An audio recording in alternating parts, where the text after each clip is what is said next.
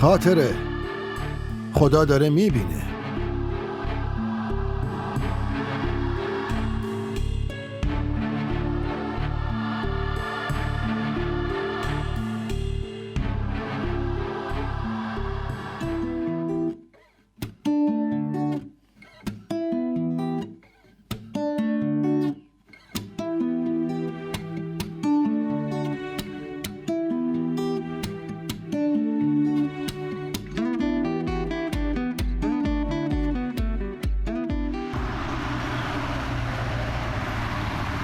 خوشتیپ ترین پسر دانشگاهمونه. الانم که ستاره راکی واسه جون میدی.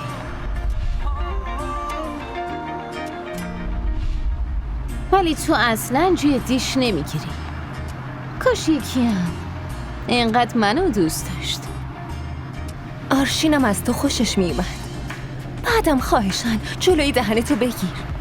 به خاطر همین چرت و پرتات اینطوری شده. یادت رفته؟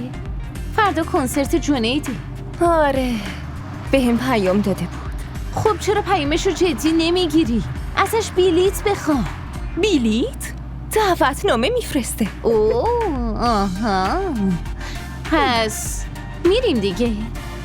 مثل همیشه این دفعه هم امتحان میکنیم. زویا و آرشینم باید با هم برن. بفرما خانم، رسیدیم به مقصدت. آدم باشه. خیلی خوب، خدافظ.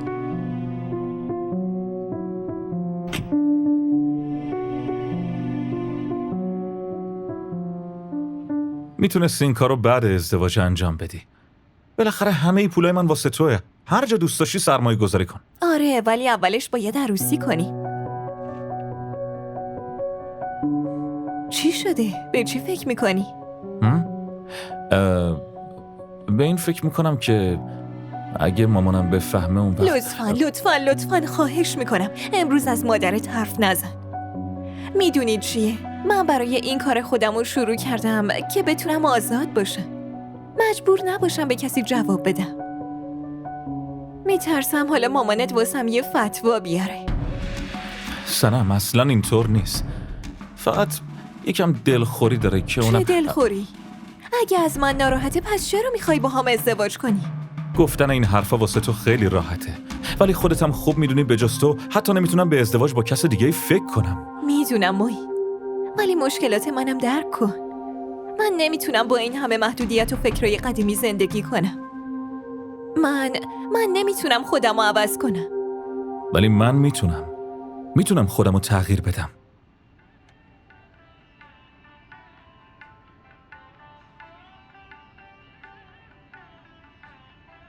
زویا جون دل بابا. بابا شما از کجا میفهمی؟ من بوی خوب دستای ظریف دختر قشنگم و خوب میشناسمش. فکر کردم اینقدر حواستون به تلویزیون هست که بترسین. تو داری جدی میگی؟ یعنی میخواستی منو بترسونی؟ بله دقیقاً. بابا بازم همون فیلمه؟ دخترم یه دوره خیلی طرفدار این بازیگر مرده بودم. انقدر ازش خوشم میومد که از مدل موهاش بگیر تا مدل لباساش همه رو تقلید میکردم. بازیگر زن مورد علاقت کیه؟ بازیگر زن؟ بازیگر زن مورد علاقت؟ آروم بگو. اگه مامانت بشنوه روزگار دوتامون سیاهه. بگو ببینم مامان کجاست؟ همش کجاست؟ تو اتاقش دیگه دخترم. همون اتاق استخاره. خیلی خوب.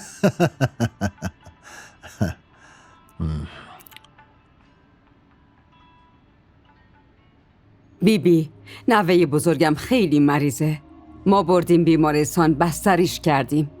دکتر میگه که حالش خوب میشه، ولی بیبی با اون حال روزی که من ازش دیدم فکر نکنم 2 روز دیگه هم بتونه دووم بیاره. وقتی دکتر میگه بهتر میشه تو دیگه نگران چی هستی ها؟ حال نوام خیلی داره بدتر میشه بیبی. پسرم تو این بیمارستان و برا دکترها کلی پول خرج کرده خانم، ولی حال بچهش هر روز داره بدتر میشه. الان دعا میخوای؟ بله دعا رو که میخوام، ولی یه خواهشی ازتون داشتم. چی؟ خانم خب یه استخاره کنید ببینم نوام زنده میمونه یا نه. میخوام بدونم براش بازم پول خرج کنیم یا نکنیم. من خیلی به شما اعتقاد دارم خانم. معلوم نیست خانم. چند روز دیگه نوام تو بیمارستان بمونه. پسرم انقدر قرض کرده خسته شدم خانم. خواهش میکنم ازتون. پامون نگیر، برام گناه می نویسم. استخاره می کنم، دعا می کنم، ولی بقیه چیزا دست خداست. خانم، هر استخاره‌ای که شما کنید کاملا درسته خانم. هر حرفی که از دهنتون در میاد همیشه درسته. هر چی شما بگید همون میشه خانم. این کیه؟ این خانم عروسمه. اینم نوه کوچیکمه سمیر. سمیر برو پیش خانم. پسرم بشین. عروسم انقدر گریه کرده که حالش هر روز خرابتر شده. حالش خیلی بده، نمیدونم چیکار کنم خانم.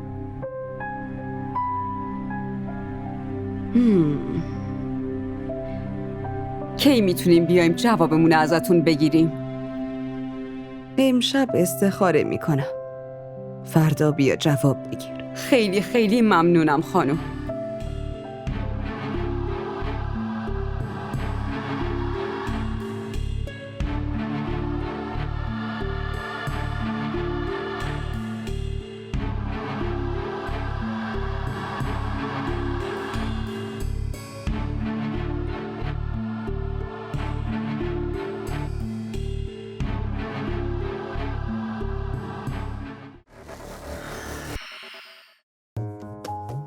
من بلال در حضور خداوند متعال این قول رو همینطور که الان دست سارا رو گرفتم برای همیشه دستش رو محکم میگیرم. اصلا میدونی که زن و بچه دارن تو چه شرایطی زندگی میکنن؟ اگه تو نمیخوای منو طلاق بدی خودم پرونده طلاق باز.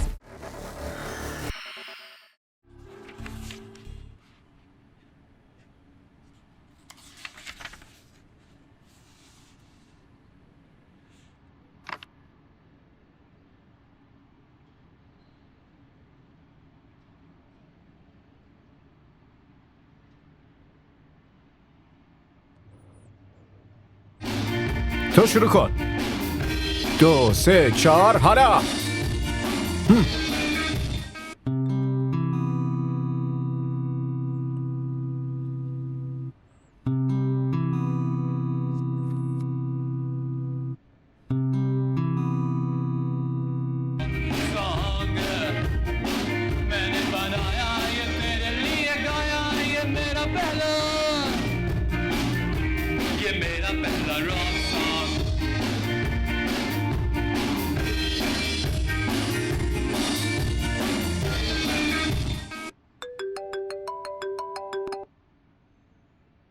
الو.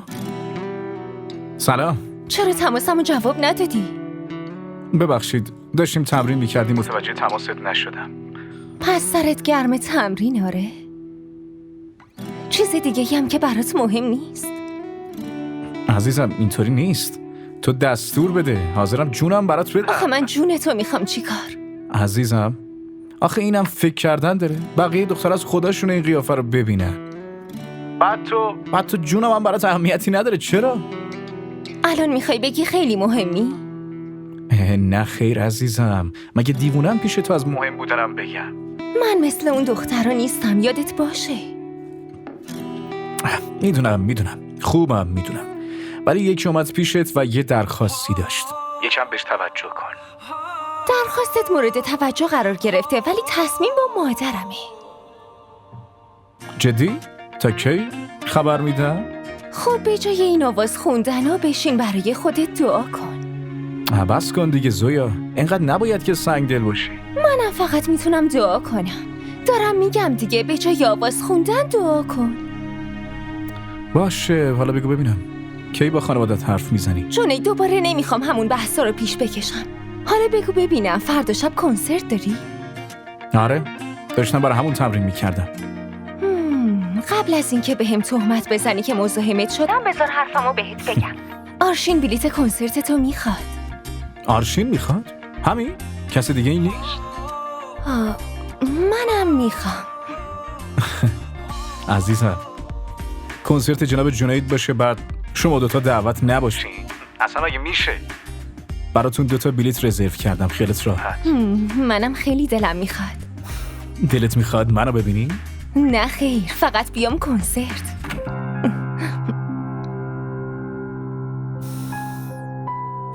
کی اومدی؟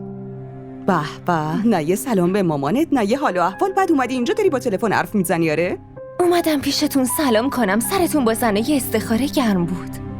در مورد زنایی که استخاره میخوان اینطوری حرف نزن. بنده خداها به گردنمون حق دارن. ولی ما حقی نداریم که در مورد مرگ و زندگی کسی تصمیم بگیریم. یعنی چی مامان؟ شما تصمیم میگیری کی بمیره و کی زنده باشه؟ حواست به کارای خودت باشه. مگه از استخاره سر در میاری؟ چرت و پرت میگی یه دفعه برامون دردسر درست میشه. این سوالو هر کسی میتونه بپرسه. مرگ و زندگی فقط دست خداست. ما کی هستیم که براش تصمیم بگیریم؟ 100 بار بهت گفتم من تصمیم نمیگیرم، فقط با خدا مشورت میکنم. اشاره هاشم همون تصمیماته. مامان، ما چطور میتونیم بفهمیم خدا چی میخواد؟ اگه اینطوری میشد همه تو زندگیشون خوشبخت بودن، هیچ مشکلی هم نبود. تو علمشو نداری، برای همین مزخرف میگی. با من بحث نکن. همین. بیا غذاتو بخور. میزو چیدم. سوال جوابای بی خودی.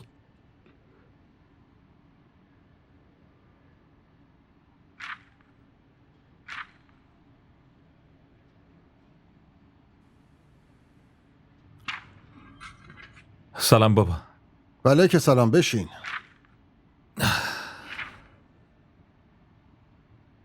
لطفاً اگه تونستی یه وقتی بذار بیا وردست من بشین. منم باید حساب کتاب بکنم آخه. اون پسرم که از دفتر فرستادی که اصلاً به درد نمیخوره. فقط الکی پرونده هامو پخش و پلا میکنه. اصلا به نظرم نه حوصله داره نه اینکه حسابداری بلده. بابا لطفاً این حساب کتابو ول کن. من خیلی دارم تلاش میکنم. شما هم دیگه پیر شدی. خب هنوز انقدرام پیر نیستم که نتونم از پس بیزنسم بر بیام. پسرم، آخه منم نیاز به پول دارم. میدونی وظیفه گردوندن خونه هنوز با خودمه. باشه درسته. همین روزا به حسابتون پول میریزم. شما نگران نباشین. وقتی بیزینس رو دادین دست من بذارین خودم هم مدیریتش کنم. نه من قبول ندارم که از پسش بر میای.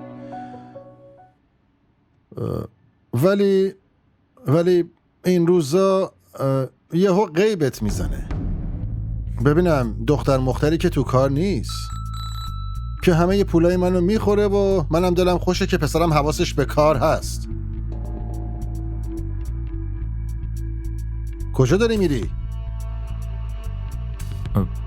بابا 1/2 ساعت دیگه میام. یه کار واجب دارم. فعلا خداحافظ.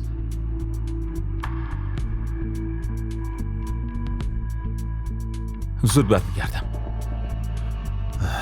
هی بابا، این موبایلم شده بدبختی. وای خدا، ممنونم. خیلی لطف کردید. ممنون. برید بشینید.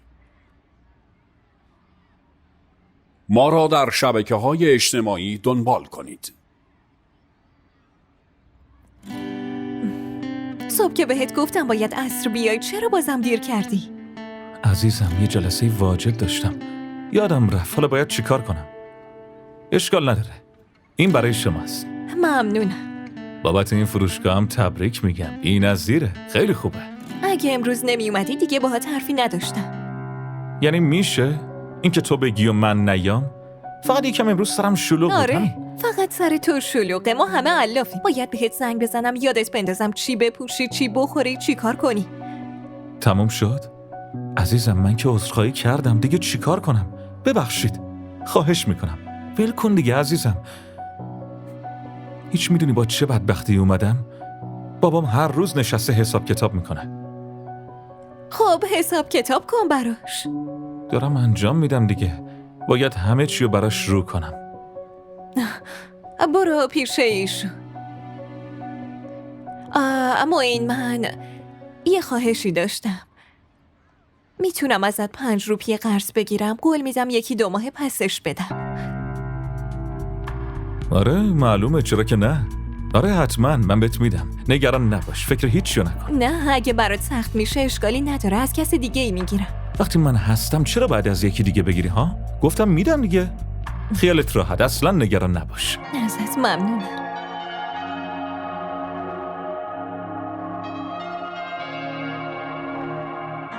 دوست دارم. خیلی خوشحالم. بیا بریم اینجا. چی؟ طراح لباس صنم موجی؟ بله دقیقا. تو مطمئنی؟ وا تو به من شک داری؟ واسه چی دروغ بگم؟ با چشای خودم اون دوتا رو دیدم.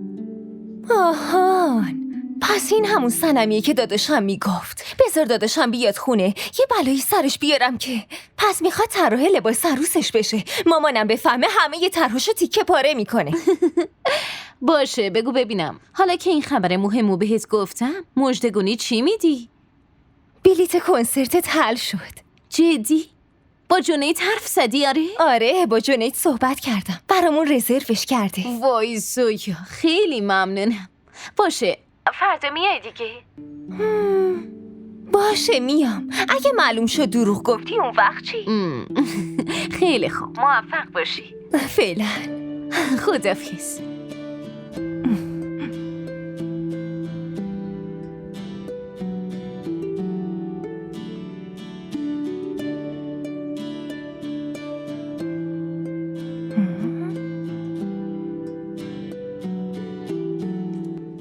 تمام روز کار داشتم.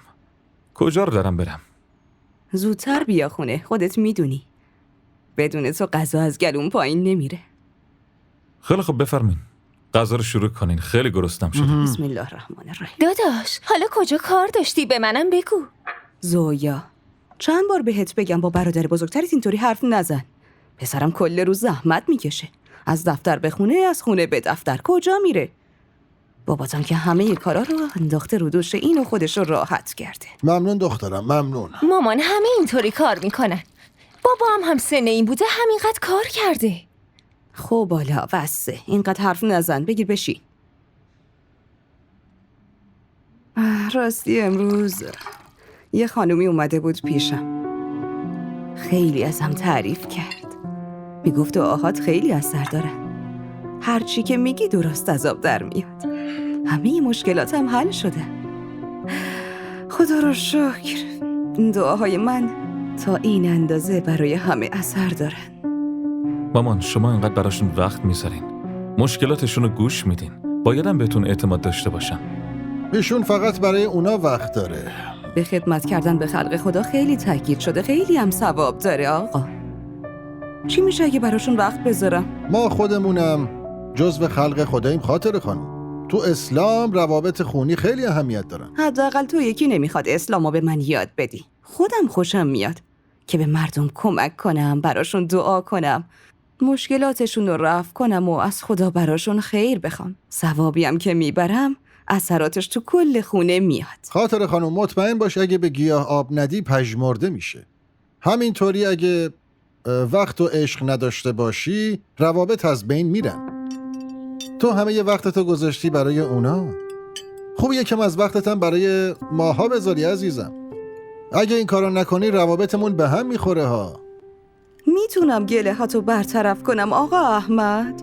تو این خونه چی کم گذاشتم ها؟ برای بچه ها وقت گذاشتم، برای خونه وقت گذاشتم، برای خودتم وقت گذاشتم. نصف عمرمو اینطوری گذروندم، ولی میخوام بقیه عمرمو برای خدمت به مردم، برای خوشحالی مردم، برای خیر مردم خرج کنم. تو چه مشکلی داری؟ این خدمتی که داری میکنی عزیزم ثوابش کمه و گناهش زیاده. بابا شما چتون شده؟ همش الکی دارین بحث میکنین. بذارین راحت غذا خب بخورین. چرا داری همش به من میگی آخه؟ یکم من به مامانت بگو. مامان من فردا شب میخوام برم خونه آرشین، میخوام درس بخونم. خونه آرشین؟ نه لازم نکرده بری خونش. اصلا از اون دختر خوشم نمیاد. بعدشم این شب بیرون رفتن و درس خوندن که چه سیغه‌ایه. مامان وقتی با هم درس بخونیم بهتر آماده میشیم. زویا تو همیشه تو خونه درستو میخونی و نمره هاتم عالی میشن دختر. اون دوستت به درد نمیخوره، براتم سودی نداره. مامان لطفاً بذار برم. گفتم که نمیری. همین که گفتم تمام. برو دخترم برو پیش آرشین عزیزم. بابا بچه داره میره درس بخونه، مگه میخواد کار بدی بکنه آخه؟ برو دخترم برو. خیلی خوب اجازتو دادی دیگه، ولی اون دختره انقدر بیخوده که خودت به زودی اثرش رو میبینی. اصلا هم هیچ اثر بدی نداره. دخترم فردا پا میشی میری. آره ممنون بابا. تو به این دختره خیلی رو دادی. بعداً پشیمون میشی. از حالا دارم بهت میگم. وقتی که تو نفرینش کنی معلومه پشیمون میشم بابا. خدا نکنه من برای چی دخترمو نفرین بکنم ها؟ تو دیگه شورشو در آوردی. اون نونو بده من.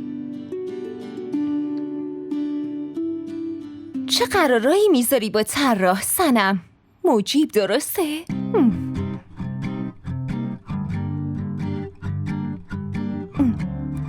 اصلا چرا به هم نگفتی که صنم طراحه؟ برای خودش مغازه داره و تو فیسبوک اینقدر معروفه. آروم حرف بزن. اگه مامان بشنوه چی؟ هیچ میدونی برای چی بهت نگفتم؟ برای چی؟ خب مامان همینجوریش هم برای ازدواج من گیر داده به استخاره‌اش. اگه اینم بفهمه که صنم طراحه، یه چیز دیگه پیش میاد و یه مشکل جدید درست میشه. من از تو یه خواهشی دارم باشه؟ تا وقتی ازدواج نکردم مامان نباید این قضیه رو بفهمه. بعد ازدواج چی؟ حالا بذار اول ازدواج کنم. بعد ازدواج اگه فهمیدم مگه حالا چی میشه؟ تهش عصبانی میشه دیگه. الان تنها چیزی که مهمه اینه که صنمو قبول کنه. فقط همین. باشه، اون مشکل خودته که مامانو چطور راضی کنی. من که خودم دهنم قرصه. ولی خب یه شرطی دارم. شرط؟ چه شرطی؟ میشه منو ببری پیش صنم؟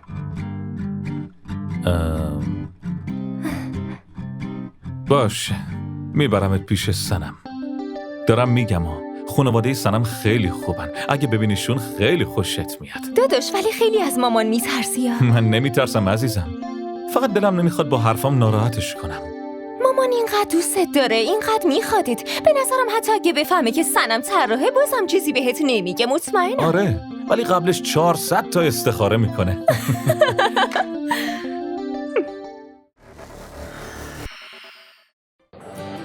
بگو ببینم خوشگله. می‌دونی وقتی آدم عاشق یکی میشه دیگه نمیپرسه که چقدر خوشگله. شاید اون از همه خوشگل‌تر باشه. این عشق عزیز دلم. آب نیست که هر وقت تشنت شد بگی یه لیوان آب بده. برای آب باید هزینه‌شو داد.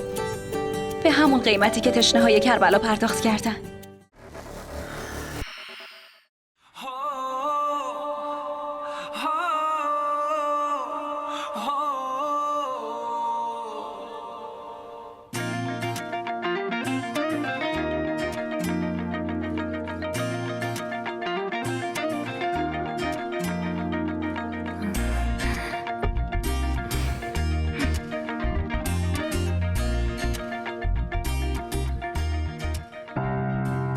زویا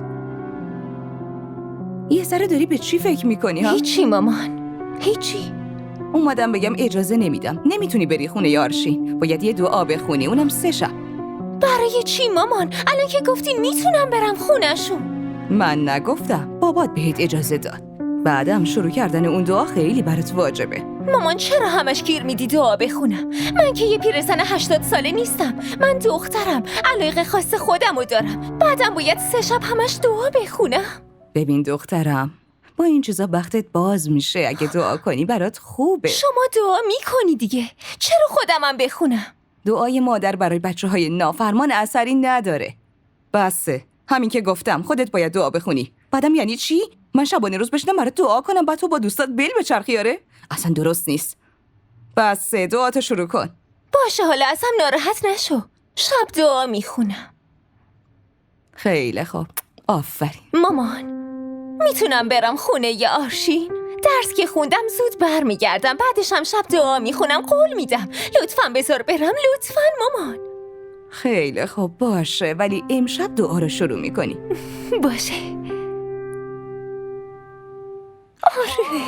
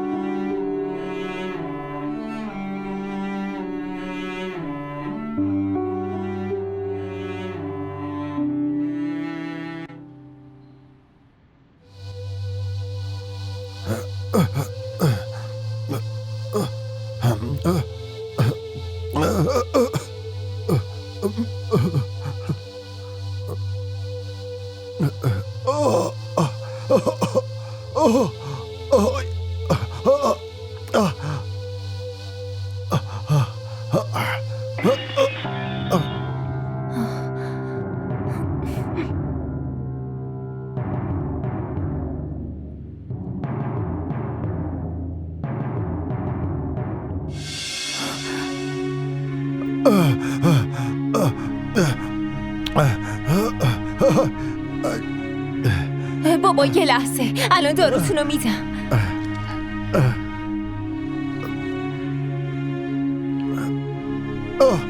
وای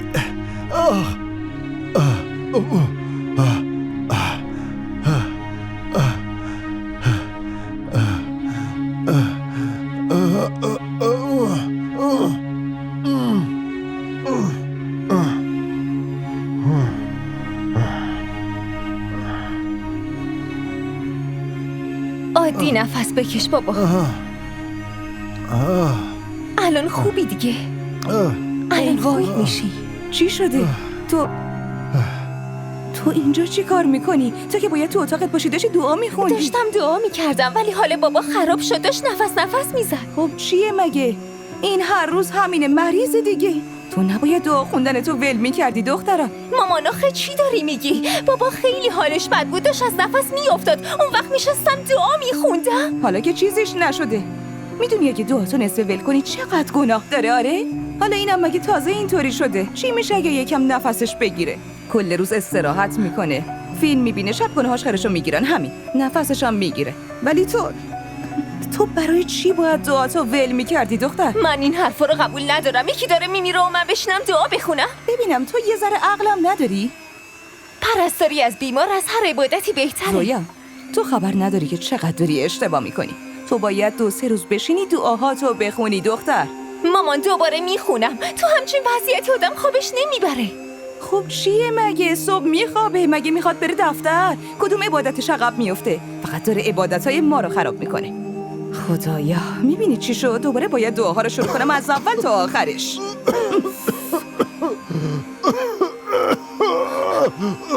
بابا نفس بکش. خوب میشه بابا، چیز مهمی نیستش که.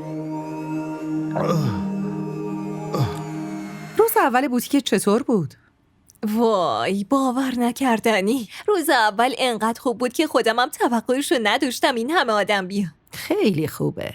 معلومه دیگه، انقدر پول خرج کردی بایدم یکم سود کنی. یکم نه، قراره خیلی سود کنم. فقط بشین و ببین. حالا ببین، ما به خواستت رسوندیمت، بوتیکم که باز کردی. حالا تو باید به حرف ما گوش کنی. چه حرفی ماما؟ چه حرفی دخترم؟ من و بابات میخوایم که شما دوتا ازدواج کنین. قبلا گیر داده بودین به عدنان، حالا هم گیر دادین به من. بابات میخواد که اول تو ازدواج کنی. میدونم بابا واسه چی اینطوری میگه. میترسه نکنه برای بوتیک بازم ازش پول بخوام. داری اشتباه میکنی. بابات میخواد یه پسر خیلی خوب برات پیدا بشه که این ناز و اداهاتو تحمل بکنه، وگرنه این روزا خانواده شوهر از این کارای بوتیک خوششون نمیاد. ولی مامان اصلا نمیخواد شما نگران من باشی. میدونین من با این حرفامو زدم. اون هیچ مشکلی با کار من نداره، حتی حاضره برای بوتیک بهم پول بده. این که خیلی خوبه. پس بهش بگو پاشو بیاد خواستگاری. با خانواده‌اش حرف زده. خیلی خوب باشه. فردا دارم برای عدنان میرم خواستگاری. میخوام تو هم با هم بیای. ببینم اصلا از اون پرسیدین که برای ازدواج آماده هست یا نه؟ میدونم اهمیت روابطو نمیدونه، برای همینم میخوام براش زن بگیرم. شرمنده مامان، من باهات نمیام. خیلی دلشوره میگیرم وقتی به این و اون از عدنان دروغ میگی. خب چیکار کنم؟ راستشو که نمیتونم بهشون بگم. دورو براتونم دختری نیست که با عدنان ازدواج کنه. همه از اوضاعش خبر دارن. میخوام یه دختری برای عدنان پیدا کنم که براش تب کنه، بهش وفادار بمونه، بتونه روحیه سختشو تحمل کنه. از کجا میخوای همچین دختری رو پیدا کنی؟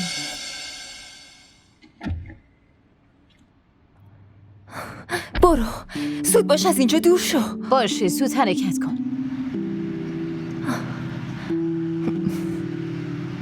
تو ماشینا رو عشق کردن فقط کار خودته. ببینم آینه داری؟ بله.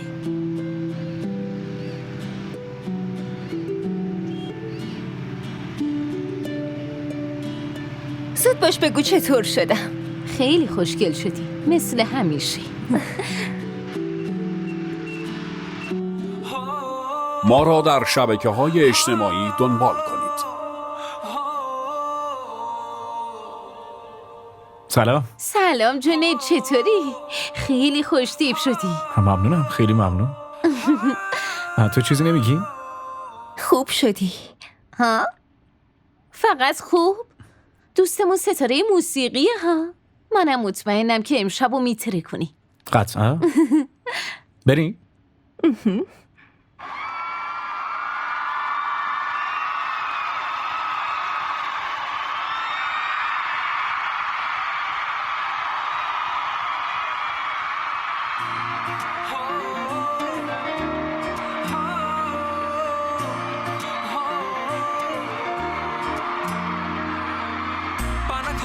कुछ होना रोना सब कर लिया खाना पीना जीना वीना सब देख लिया पाना खोना खुश होना रोना सब कर लिया खाना पीना जीना वीना सब देख लिया पर दिल ने जब हाँ तुझे पहली बार था देखा तो दिल ने मेरे ये चीख कर कहा कि तुम ही यार हो गए आर पार हो गए तुमको देखते ही दिल ने कहा कि तुम ही यार हो गए आर पार हो गए दिल की कश्तियां हुई साहिलों से पार फिर भी सोचे ये कैसे कहे कि तुमसे प्यार हाँ तुमसे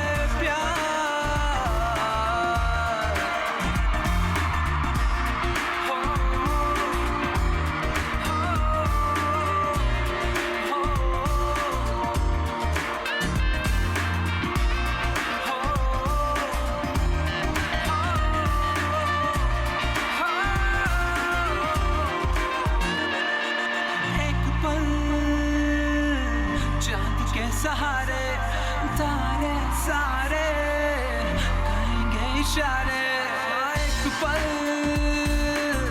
चांद के सहारे तारे सारे करेंगे इशारे हाँ इसका नाम और कुछ नहीं तुझसे ही मिलूं जाऊं कहीं दूर हो या पास अब तो तुम ही हो साथ मेरे रहोगे क्या पास अगर मैं कह दूं यार मेरे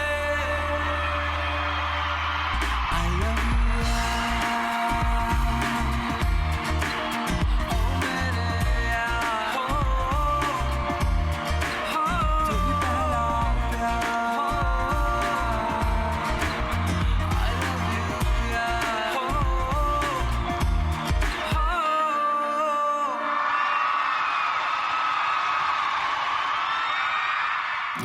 داداش جنید عالی بودی تو بی‌نظیری پسر. ممنونم، خیلی ازت ممنونم. تو چرا چیزی نمیگی؟ کنسرتت عالی بود، خیلی کیف کردیم. تشکر. حالا به هدفت رسیدی؟ ببینی چند نفر اومدن؟ اوه میدونی واسه چی اومده بود؟ آره؟ این میخواست کیف کنه، برای همین اومده بود، درسته؟ جدی؟ به من که یه چیز دیگه گفت. چی گفته به تو؟ به من گفت که میخوام جنیدو ببینم و صداشو بشنوم. میخوام تو چشماش عشقشو ببینم و توشون غرق شم.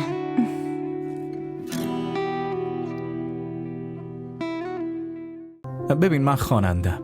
حالا این موضوع رو تا کی میخوای پیش خانوادت مخفی کنی خدا میدونه. باید ببینم تو باهات حرف بزنم.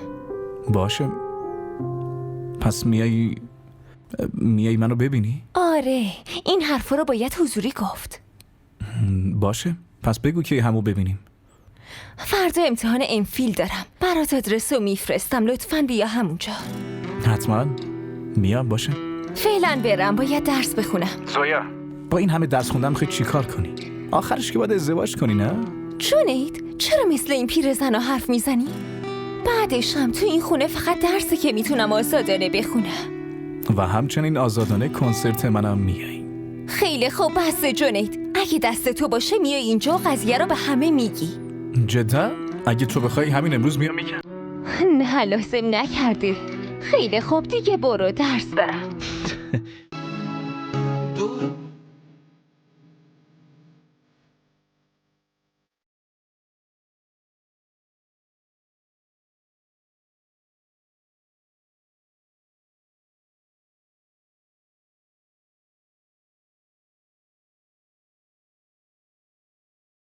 DDTV ارائه کننده بزرگترین سریال های درامای ترکی، کره‌ای، پاکستانی دوبله شده به فارسی می باشد. لطفاً سابسکرایب کنید و عضوی از خانواده ما شوید.